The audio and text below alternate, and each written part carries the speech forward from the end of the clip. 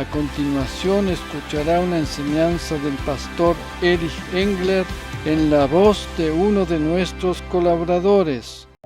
Bienvenidos a nuestro canal. A continuación escuchará una enseñanza del pastor Erich Engler en la voz de uno de nuestros colaboradores. ¿Es bíblico el sionismo? La mayoría de la gente no está segura qué es el sionismo. ¿Es algo bueno o es algo malo? ¿Es una conspiración judía para dominar el mundo o un régimen de segregación racial contra las minorías? Debido a que estamos tan influenciados por los medios seculares y las Naciones Unidas, ONU, necesitamos averiguar qué es realmente el sionismo a través de la palabra de Dios. En el mundo hay maldad y no podemos mantenernos neutrales frente a ella, sino que debemos llamarla por su nombre. Hoy en día hay muchas cosas malas que la gente cataloga como buenas y cosas buenas que son denominadas malas. En Isaías capítulo 5, versículo 20, leemos en la versión Biblia de las Américas: Hay de los que llaman al mal bien y al bien mal, que tienen las tinieblas por luz y la luz por tinieblas, que tienen lo amargo por dulce y lo dulce por amargo. Como acabo de decir, vivimos en un tiempo donde lo malo se ve como bueno y a la inversa. Por esa razón debemos tener claridad por medio de la palabra de Dios de lo que sucede en el mundo y entender algunas cosas desde la perspectiva bíblica, evitando así ser influenciados por las emociones o por las opiniones humanas. El tema del sionismo lo podemos encontrar en la Biblia. Uno de los pasajes donde es mencionado se encuentra en Isaías capítulo 62, versículos 1, 2 y 4. Leemos: Por amor de Sión no callaré, y por amor de Jerusalén no me estaré quieto, hasta que salga su justicia como resplandor, y su salvación se encienda como antorcha. Entonces verán las naciones tu justicia, y todos los reyes tu gloria, y te llamarán como un nombre nuevo que la boca del Señor determinará. Nunca más se dirá de ti abandonada, ni de tu tierra se dirá jamás desolada, sino que se te llamará mi deleite está en ella, y a tu tierra desposada, porque en ti se deleita el Señor, y tu tierra será desposada. Biblia de las Américas. La primera cosa que tenemos que entender es que hay una relación entre el nombre de Sión, la tierra y la ciudad de Jerusalén. El versículo 4 menciona 3 veces la palabra tierra. ¿Cuál es este nombre nuevo al que hace alusión el versículo 2? Este nombre es Yahvé Shama o Jehová Shama, que significa el Señor está allí, está presente o es mi compañero. Este nombre es mencionado luego en Ezequiel 48:35. La ciudad tendrá 18,000 codos en derredor, y el nombre de la ciudad desde ese día será el Señor está allí. Biblia de las Américas. La circunferencia total de la ciudad es de 9 kilómetros y 450 metros, y el nombre de la ciudad será Dios Sama. Dios está allí. Nueva Biblia al día. Esto significa que el Señor está en Sión. Hay 2 tipos de sionismo. Uno que tiene que ver con un sionismo no cumplido que tiene lugar fuera de Israel o la tierra prometida, y el otro tiene que ver con la tierra y se lleva a cabo dentro de la misma. Como creyentes tenemos que saber lo que es el sionismo, puesto que precisamente en estos tiempos el mundo entero relaciona esta palabra con Israel, pero de una manera negativa. Antes de comenzar a explicar lo que es el sionismo desde el punto de vista bíblico, vamos a considerar lo que no es. En primer lugar, vamos a considerar el rol de importancia que ocupan las Naciones Unidas, ONU, en cuanto al mismo. En el pasaje de Isaías 62 habíamos leído acerca de las naciones, y más precisamente las naciones gentiles. Hasta el día de la fecha podemos observar la gran influencia que tiene la ONU o las naciones gentiles en la tierra de Israel y particularmente en Jerusalén. Aunque todo el territorio está bajo la administración de Israel, no podemos dejar de admitir que la ONU ejerce un cierto control sobre la misma. Esto habrá de seguir siendo así hasta que, al final del tiempo de los gentiles, Jerusalén sea destruida como dice la Biblia. Es decir, cuando el número de los gentiles sea completado, la ciudad de Jerusalén habrá de ser destruida. ¿Cuál es el papel de la ONU en Israel? Para esto vamos a remontarnos hacia atrás en la historia. En una resolución de la Asamblea General de la ONU, aprobada el 10 de noviembre del año 1975, se equiparó al sionismo con el racismo en general y con el apartheid sudafricano en particular, y se llamó a su eliminación entendiéndolo como una forma de discriminación racial. Al condenar el derecho a existir del sionismo, estaban condenando al mismo tiempo el derecho a existir de Israel. Aunque dicha resolución fue anulada por la del 16 de diciembre de 1991, esta forma de pensar ha quedado plasmada en millones de personas en todo el mundo. A raíz de eso es que hasta el día de hoy la gran mayoría de las personas asocia a los judíos con el racismo y considera que todos sus actos están fundamentados en el mismo. Debido a esta primera resolución de las Naciones Unidas, ONU, el mundo entero considera que Israel tiene un tipo de sistema de gobierno basado en la segregación racial, y esto es algo muy triste. Todos aquellos que han vivido sufriendo bajo un régimen de discriminación racial en algún país del mundo o que han sido víctimas del Holocausto en la Segunda Guerra Mundial son considerados a menudo como racistas. En realidad esto es algo completamente contradictorio, ¿verdad? En este sentido, la ONU ha dejado de ser una organización que se esfuerza por alcanzar la paz y la justicia mundial, para pasar a ser un instrumento que se ocupa de la destrucción de las naciones existentes. Para poder entender mejor algunas situaciones conflictivas del mundo actual, tenemos que entender primero las 7 diferentes dispensaciones o tiempos en que se divide la historia de la humanidad de acuerdo a la palabra de Dios y ver allí el plan divino en términos generales. La tercera de esas dispensaciones es la del gobierno humano, en la cual Noé fue la persona que jugó el papel más preponderante. Esta dispensación abarca el periodo de tiempo desde el diluvio universal hasta Abraham. En la Biblia correspondería a lo que está relatado entre Génesis capítulo 8, versículo 15 y Génesis capítulo 11, versículo 32. En el capítulo 12 de Génesis empieza otra nueva dispensación con Abraham.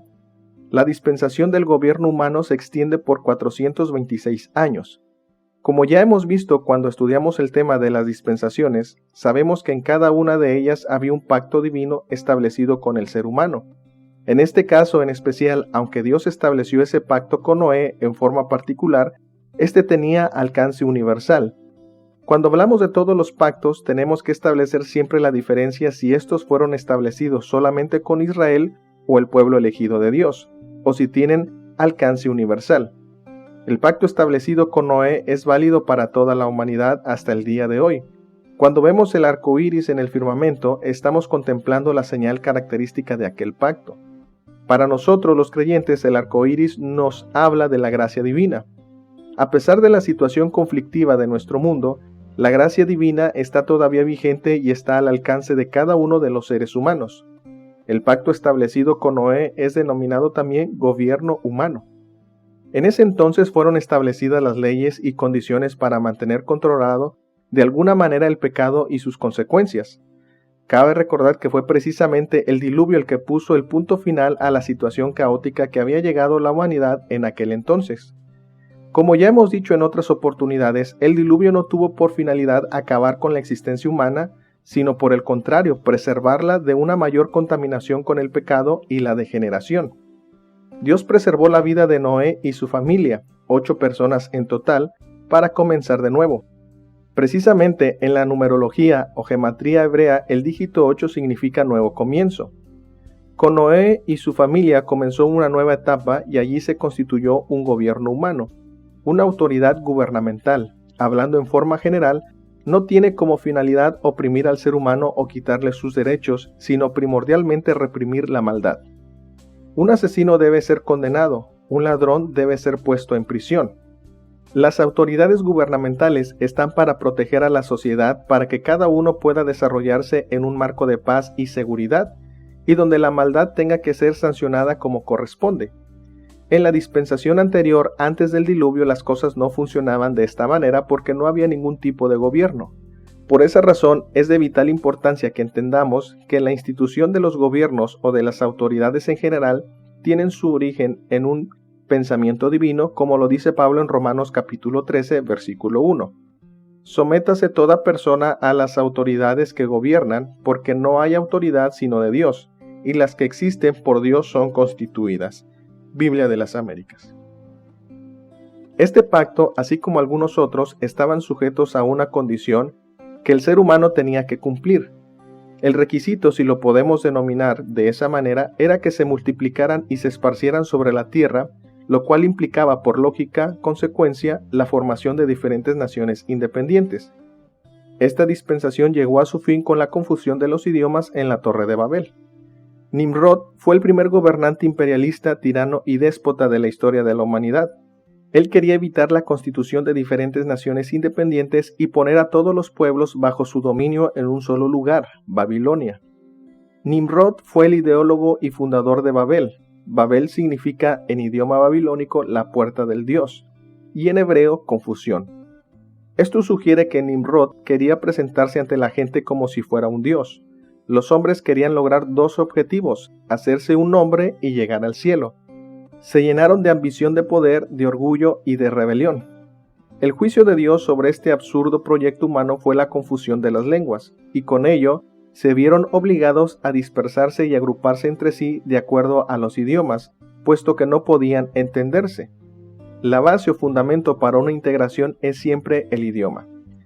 Así culminó esta dispensación o etapa en la historia de la humanidad para dar comienzo a una nueva, con otras condiciones, en la cual Abraham es la persona relevante. Teniendo en cuenta entonces que aunque aquella dispensación tuvo un punto final, el establecimiento del gobierno humano sigue estando vigente hasta la actualidad. Dios deseaba que el ser humano se esparciera por toda la tierra y formara diferentes naciones, cada una de ellas con una independencia sana y bien entendida y con su propia fisonomía, sin que cayera por ello en extremismos partidarios. El agruparse en una unidad bajo un solo gobierno mundial solo habrá de ser posible en el milenio durante el reino de Jesucristo.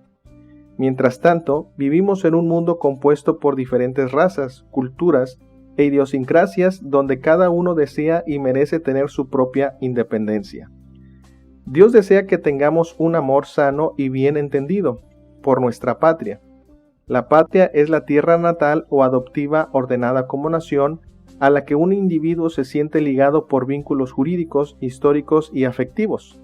Por tanto, el sionismo bien definido no es nada más ni nada menos que el amor y el apego por la tierra o a la patria. Todos estos detalles que acabamos de considerar nos brindan un panorama general del plan divino para la humanidad y de lo que sucedió en aquella dispensación. De esta manera podemos llegar a comprender mejor todo lo que tiene que ver con el sionismo y el pueblo de Israel. Habíamos hablado antes de la Organización de las Naciones Unidas, ONU, y su actual influencia sobre Israel y su tierra, ¿verdad? La ONU también habrá de jugar un papel de importancia en el tiempo final en cuanto al mismo tema y el cumplimiento de los acontecimientos narrados en la palabra de Dios. Sin tener que llegar a atemorizarnos, no podemos dejar de reconocer que el rol de la ONU dentro del plan especificado en la Biblia para el tiempo final habrá de contribuir a la formación de una unidad mundial y no tanto a fomentar la independencia de las naciones, y esto va a ser problemático en general y en especial para Israel. Lo que sucedió el 7 de octubre pasado con el ataque terrorista de los Hamas y la guerra que se desencadenó forma parte de la preparación del escenario para el tiempo final. La ciudad de Jerusalén habrá de ser destruida. El libro de Apocalipsis ya nos anticipa esto con toda claridad. Lo que podemos observar en la actualidad con respecto a lo que sucede en Israel tiene una gran influencia en la fisonomía del mundo. El comienzo de esta nueva guerra en Israel marcó una bifurcación en el rumbo de la humanidad, al igual que lo fue la pandemia hace un par de años atrás y como fue el 11 de septiembre con el ataque a las Torres Gemelas en Nueva York. Dicho de otra manera, podríamos hablar de un antes y un después de cada una de estas fechas que conmovieron a todo el mundo. Cuando hablo de bifurcación, me estoy refiriendo a un cambio de rumbo al que estaba pensado. Es importante que tengamos en cuenta que en estos últimos 5 años, la humanidad ha experimentado tantas convulsiones sociales consecutivas como nunca antes en su historia. Las convulsiones que ha experimentado nuestro mundo en los últimos 100 años, incluyendo las 2 guerras mundiales y otros conflictos bélicos regionales, no tienen casi punto de comparación con las conmociones que hemos experimentado en estos últimos 5 años en forma global. Podríamos decir que lo que nosotros hemos visto y experimentado en estos últimos pocos años es más estremecedor que lo que han vivido nuestros antepasados en el último siglo en su totalidad. El mundo entero está completamente convulsionado, y de acuerdo a la palabra de Dios, esto no habrá de mermar. Nosotros formamos parte de la iglesia del último tiempo, la de la Odisea, la última que es mencionada en el libro de Apocalipsis y que corresponde al tiempo antes de la venida del Señor. Dios ha permitido que vivamos en este tiempo no para que estemos llenos de temor, sino para llevar a cabo el maravilloso plan que tiene con nuestras vidas en este momento de la historia. Debemos tener siempre en cuenta que la luz es más poderosa que la oscuridad. Hemos nacido para vivir en este momento de la historia. Por tanto, no permitamos ser amedrentados por el error que ocurre a nuestro alrededor y por todo lo malo que habrá de seguir sucediendo, ya que esto es solo el principio, sino más bien concentrémonos en llevar a cabo el plan que Dios estableció para cada uno de nosotros. El Señor desea que la buena noticia del Evangelio sea conocida por todos y nosotros somos sus mensajeros. Vivamos pues con nuestra mirada puesta en la tarea que nos ha sido encomendada y no tanto en las turbulencias que suceden a nuestro alrededor. Como dije anteriormente, a raíz de complejas resoluciones del pasado que han influenciado negativamente en la mentalidad de muchas personas, el término sionismo equivale al antisemitismo moderno u odio hacia los judíos. Nosotros, como creyentes y por lo que nos enseña la palabra de Dios, estamos a favor de Israel. Siempre hablamos del nuevo pacto que vino a través de Jesucristo, pero no debemos olvidar que dicho pacto fue establecido con Israel en primer lugar y nosotros, los gentiles, fuimos hechos copartícipes de dichas bendiciones. Ver Efesios capítulo 3. Para poder entender más claramente lo que es el sionismo, vamos a considerar primero 4 aspectos que nos muestran lo que no es. Primero, el sionismo no es una conspiración judía con el propósito de ejercer un dominio mundial.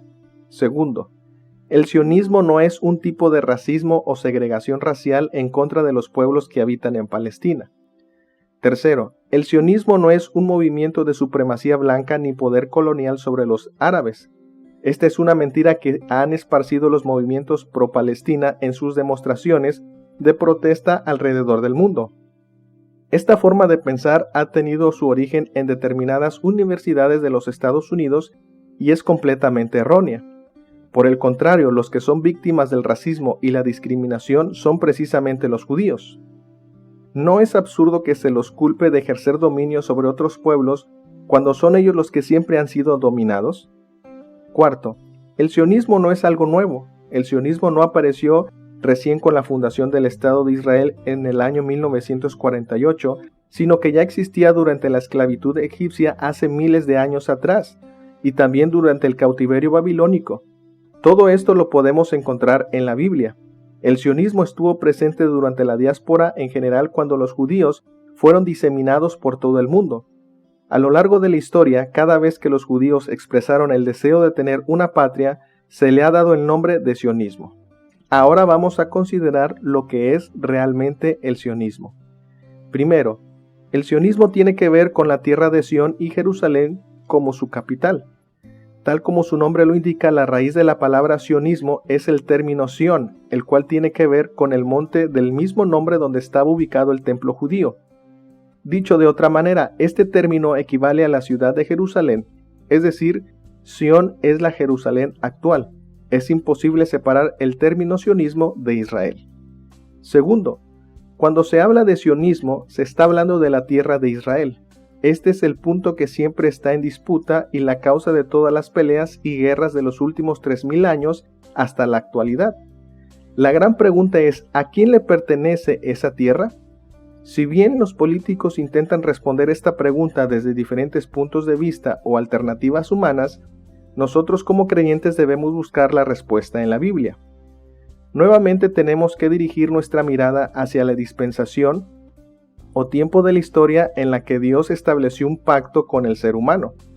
Si bien hay 7 dispensaciones en total y lógicamente tendría que haber 7 pactos también, en este caso tenemos que considerar un pacto aparte y especial que Dios estableció con su pueblo en particular y que es válido solo para los judíos. Este pacto especial es denominado el Pacto de la Tierra o el Pacto de Palestina. La Biblia habla del mismo en Deuteronomio capítulo 29, versículo 1. Estas son las palabras del pacto que el Señor mandó a Moisés que hiciera con los hijos de Israel en la tierra de Moab, además del pacto que él había hecho con ellos en Horeb. Biblia de las Américas. Anteriormente habíamos observado otra de las dispensaciones y nos habíamos referido al gobierno humano y sus condiciones, las cuales tienen un alcance global y universal hasta el día de hoy. Pero en este caso en particular, este pacto tiene que ver solo con los judíos, y más precisamente con la posesión de la tierra prometida, la cual habrán de poseer definitivamente cuando Jesús vuelva a la tierra a establecer su reino milenial. Este pacto es unilateral y no contiene ningún tipo de condición que el ser humano, en este caso el pueblo de Israel, tuviese que cumplir. Este pacto vendría a ser una prolongación del que Dios ya había establecido con Abraham y tuvo lugar durante la dispensación de la promesa, Abraham, y la dispensación de la ley, Moisés. Debido a que el tema de las dispensaciones es bastante amplio y por falta de tiempo no podemos ver todos los detalles en esta enseñanza, sería aconsejable para una mejor comprensión ver toda la serie titulada 7 dispensaciones, la cual está a disposición para su descarga gratuita en nuestra página iglesiadelinternet.com. La bendición prometida en este pacto es la seguridad de poseer la tierra prometida. Por tanto, desde la perspectiva divina, la tierra de Israel les pertenece a los judíos. Hace 3000 años atrás, el rey David compró el lugar donde más tarde su hijo Salomón edificó el templo. Ver 2 de Samuel capítulo 24, versículo 24, y 1 de Crónicas capítulo 21, versículo 24 al 26. Tercero, el sionismo es la expresión de un sentimiento y un anhelo profundo de habitar en una patria propia. El sionismo no es una idea conspirativa originada en la mente de algún ser humano, aunque no podemos dejar de reconocer que ese término suele ser utilizado por muchos en forma negativa. Los judíos ya tenían en el pasado el anhelo ferviente de tener su propia tierra y sigue siendo así hasta el día de hoy. Cualquier judío que se identifique con la tierra prometida es un sionista, independientemente si cree en el Mesías o no, o si conoce la Biblia o no. Todo ser humano lleva dentro de sí mismo un anhelo de pertenencia a un determinado lugar y un sentido de patriotismo. En ese sentido es como que Dios mismo ha puesto ese anhelo en el corazón de cada judío. La tierra o la patria es sinónimo de identidad. Cuarto, otro aspecto interesante acerca del sionismo es que, precisamente aquí en Suiza, fue donde fue puesta la piedra fundamental para la fundación del Estado de Israel. Vamos a considerar la historia de Teodoro Herzl, conocido como el padre del sionismo. En el siglo XIX surgió en Europa un movimiento sionista que buscaba el retorno de los judíos a la tierra de sus padres, entonces conocida como Palestina, nombre de origen romano para designar al antiguo reino de Israel. En 1897, Teodoro Herzl presidió el primer congreso sionista en Basilea, Suiza. Originalmente, este primer congreso sionista debía celebrarse en Múnich, Alemania. Sin embargo, y debido a diferentes factores, no pudo llevarse a cabo allí, así que se buscó la ciudad de Basilea, en Suiza, como alternativa. Allí se formuló el denominado Programa de Basilea, que expresaba, entre otras muchas cosas, lo siguiente. El sionismo busca establecer un hogar para el pueblo judío en Palestina, garantizado en virtud del derecho público. Al finalizar dicho congreso, Herzl escribió en su diario personal el 3 de septiembre de 1897. Si pudiera resumir el congreso de Basilea en unas pocas palabras, que tendré cuidado de no mencionarlas públicamente, diría: en Basilea fundé el Estado judío. Si lo dijera hoy en voz alta, sería recibido como una carcajada universal. Tal vez dentro de 5 años, en todo caso dentro de 50, todo el mundo habrá de entender. Este hombre fue un visionario y un adelantado para su época. Exactamente 50 años después que él hubo pronunciado esas palabras, el 14 de mayo de 1948, Ben Gurión, primer ministro de Israel por aquel entonces, leyó en Tel Aviv la Declaración de Independencia del Estado de Israel. Personalmente creo que nuestro país es bendecido en gran manera a causa de esto, que tuvo lugar en aquel entonces en Basilea en relación a Israel. En Génesis capítulo 12, versículos 1 al 3, leemos en la versión Biblia de las Américas.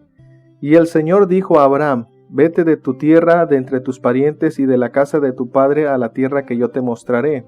Y haré de ti una nación grande y te bendeciré y engrandeceré tu nombre y serás bendición. Bendeciré a los que te bendigan y al que te maldiga maldeciré, y en ti serán benditas todas las familias de la tierra. Este último versículo encierra una promesa de bendición para aquellos países o gobiernos que estén a favor de Israel. Esta es una promesa global que no tiene tanto que ver con nosotros como creyentes en particular.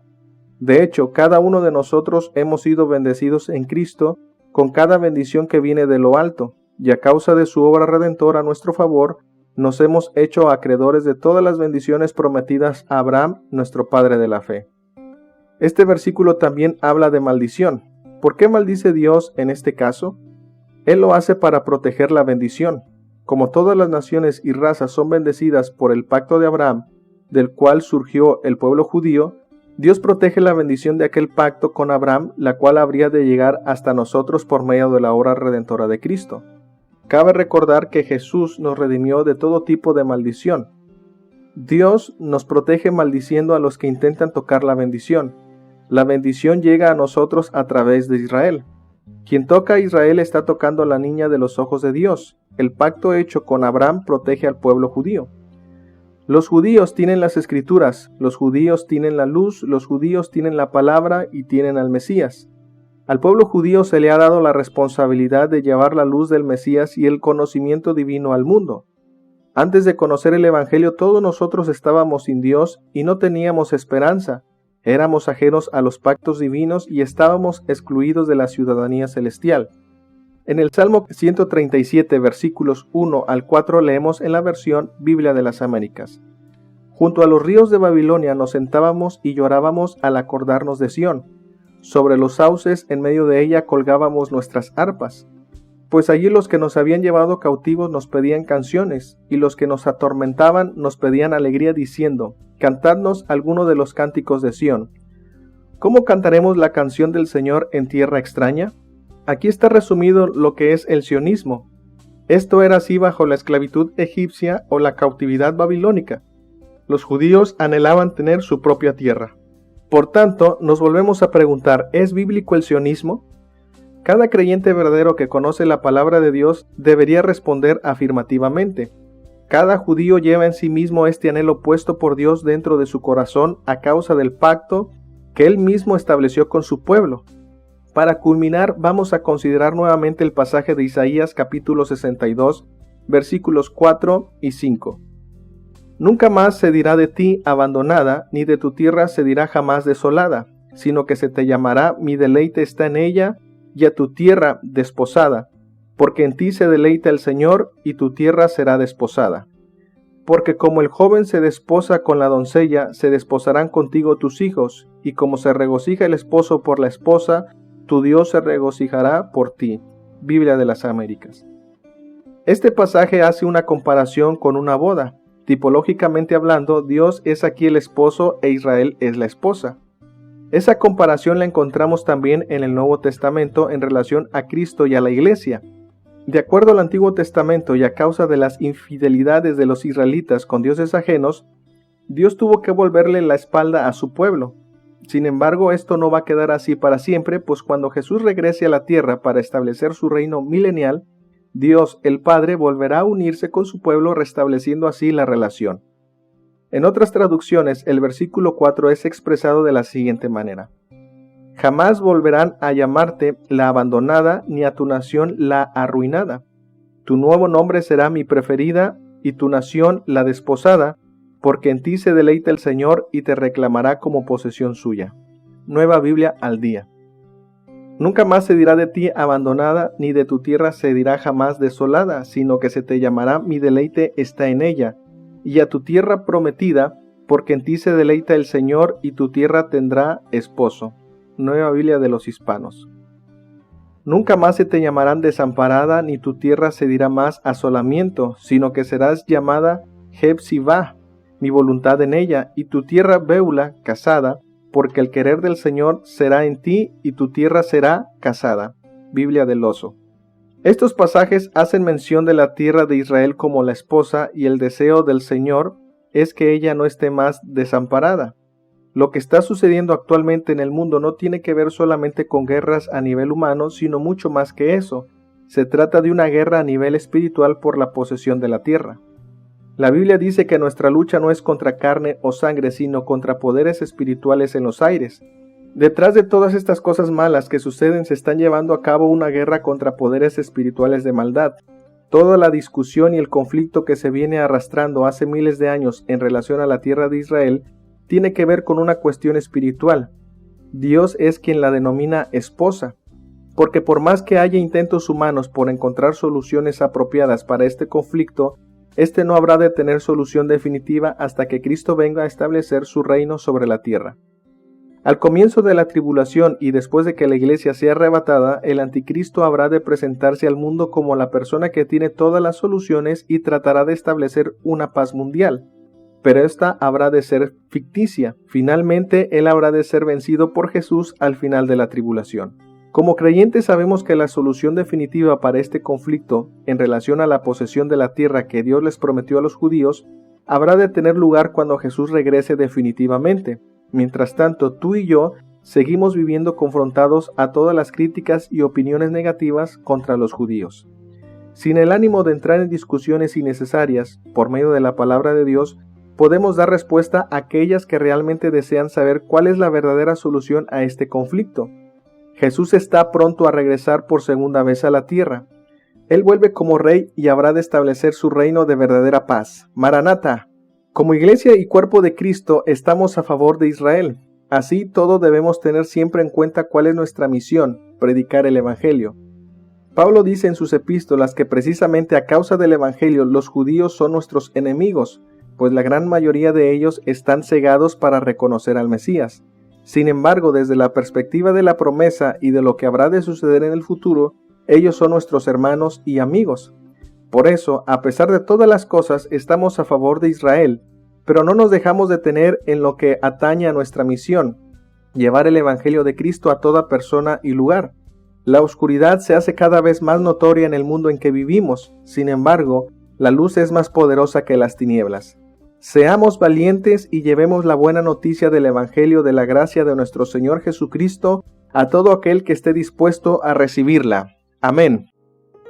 Si usted ha recibido en alguna manera bendición por medio de esta enseñanza, le animamos a ingresar aquí su comentario o escribirnos a ministerio@iglesiadelinternet.com. Nos agradaría saber de usted. Muchas gracias. Hasta el próximo encuentro.